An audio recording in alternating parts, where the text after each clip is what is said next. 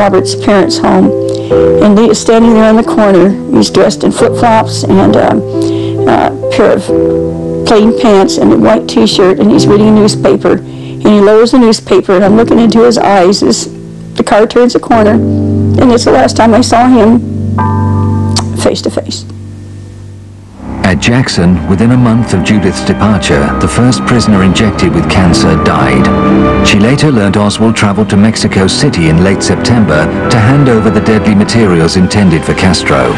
But his trip was a catastrophe. The drop for the flasks containing the serum was a souvenir shop, but no one showed. Even his main CIA contact, a mysterious Mr. B, had suddenly left for Washington. He began to do everything he said he possibly could think of that might make him get a chance to meet someone who would be able to take the material from him. And he said at the last, if that didn't work, he even tried to figure out ways himself to get into Cuba because he felt he had enough credentials he might be able to pull it off.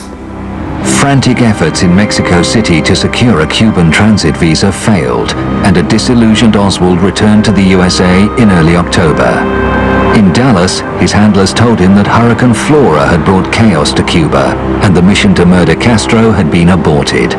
He was given new orders. He would be getting a job, just like he had at Riley. It was all set up in advance at this particular building known today as the Texas School Book Depository building. In the weeks before the assassination, Lee was still able to confide in Judith, thanks to David Ferry. He did manage to set up through the Mafia a special phone line using their racing telephone lines that they had between Miami and Dallas. And that was perfectly free. We didn't have to spend a nickel. During the 14 or 15 telephone calls that Lee and I exchanged, most of them to me, these calls lasting about an hour to an hour and 45 minutes. The tone of the conversations as time wore on got more and more desperate in a way. Lee was penetrating a ring that he'd gotten introduced into by David Ferry and Clay Shaw, and Lee put on the robes of one who was interested in sincerely assassinating the president, and this was not ever the case in reality. It was pretty well known to me by just a little bit before the assassination that Dealey Plaza and the airport and the Trade Mart were the three sites that they were going to try and kill Kennedy. If they didn't get him at one, it'd be at one of the others. He didn't know that he might be at Dealey Plaza itself. He even told me the second last phone call we had that they might call him and ask him to go somewhere else at lunchtime or something. And the they I'm talking about became more and more indistinct to him because every time he met one or two of them, it was somebody he didn't know. Kennedy's arrival in Dallas was now only 5 days away. When Lee called me on Sunday, November 17th, this was a very harrowing call for me.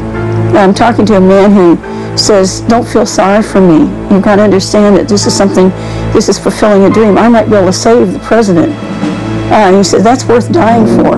He said, I'm not scared to die so much. I'm just scared about leaving my kids behind, and they'll think maybe I did it because they're going to try to blame me. And he's talking this way on Sunday. He had the idea that he never probably would have lived a long time because I said, you know, it's like an oak tree. You're just getting started in your life. And he said, no. He said, I'm like a lily. But he said, that's beautiful too.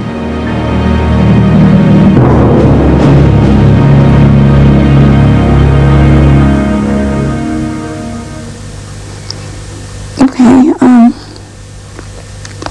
Anyway, he said, just please don't feel sorry for me. I might have a chance to save the president. And that was so important to him in every way.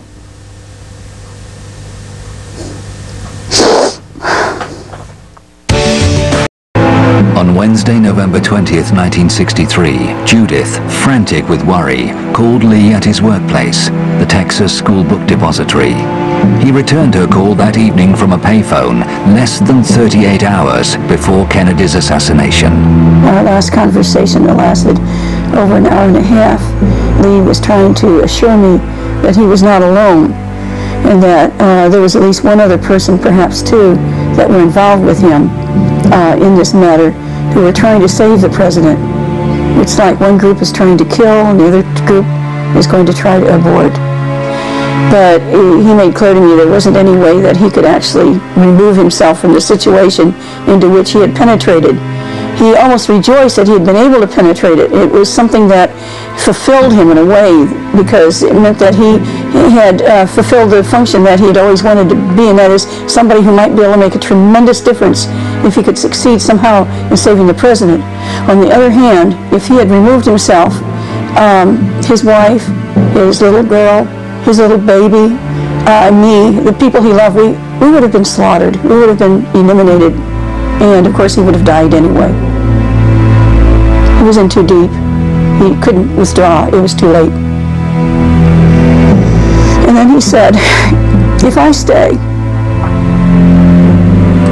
there'll be one less bullet fired at Kennedy. And my heart just turned over, because I thought that was such a courageous thing to say. And then he said, you know, look at all the people who have kids. He said, you're smart and you love children. He says, please have children for me. Have babies. Please have babies for me. So I had 5. I had 5 babies. And he said that, I can't go on right now.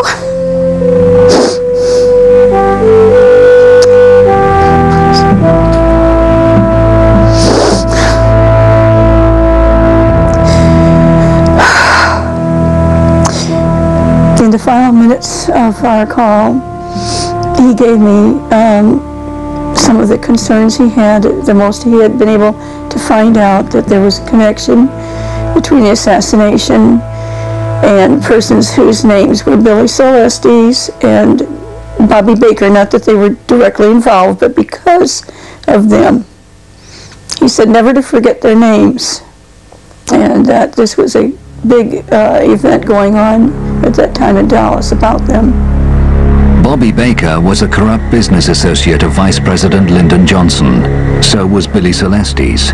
Investigations into their financial misdealings were threatening to put Johnson behind bars. And then he said, you know how we've tried and worried about who in the world my handler was. Mr. B, Mr. Bishop or Benson or whatever, Benton. He said, I think it's David Atlee Phillips. He said, and I don't want you to forget it. He said, you've got to remember that name. Phillips was a high-ranking CIA official in Mexico City in charge of covert action at the time of Oswald's visit there. His connections to the assassination have long been suspected. And then he told me goodbye. And we were both crying. And I told him I'd never forget it as long as he lived. And he said that might be only until tomorrow. He could crack jokes right to the end. And of course I meant it as long as I lived. So that's the way it was. And I wondered how I would keep my mouth shut, and I knew if I said a word, it could be so dangerous for him. And I just prayed to God he'd make it. And then he said, would you pray for me? And here he is, an atheist, and I didn't believe in God anymore either. So I said an Our Father with him, and he said, I love you, Judith Key. I hung up. That's all. That's it. Less than 90 minutes after the assassination, Lee Harvey Oswald was arrested in the Oak Cliff district of Dallas for the murder of a policeman, J.D. Tippit. 12 hours later, he was charged with the murder of President Kennedy. That evening, Judith in Gainesville received a frantic call from David Ferry in New Orleans. Dave said to me, you have to keep your mouth shut and your head down. He said, I know you're an emotional person. He said, I'm an emotional person. He started really losing it a little bit. And he said, everything's gone wrong. I'm really concerned that, maybe things won't go right, but you've just got to hold on to the hope that we're going to get him out of there. And he said, and I swear to you, I think he said, I swear on a stack of Bibles, or I swear on my life, I am going now. I'm going to go all the way to Houston. I'm going to drive all the way there, go to that little airport at Alief, pick him up, and we'll go over to Hull Field. He'll get on the plane there, and he said,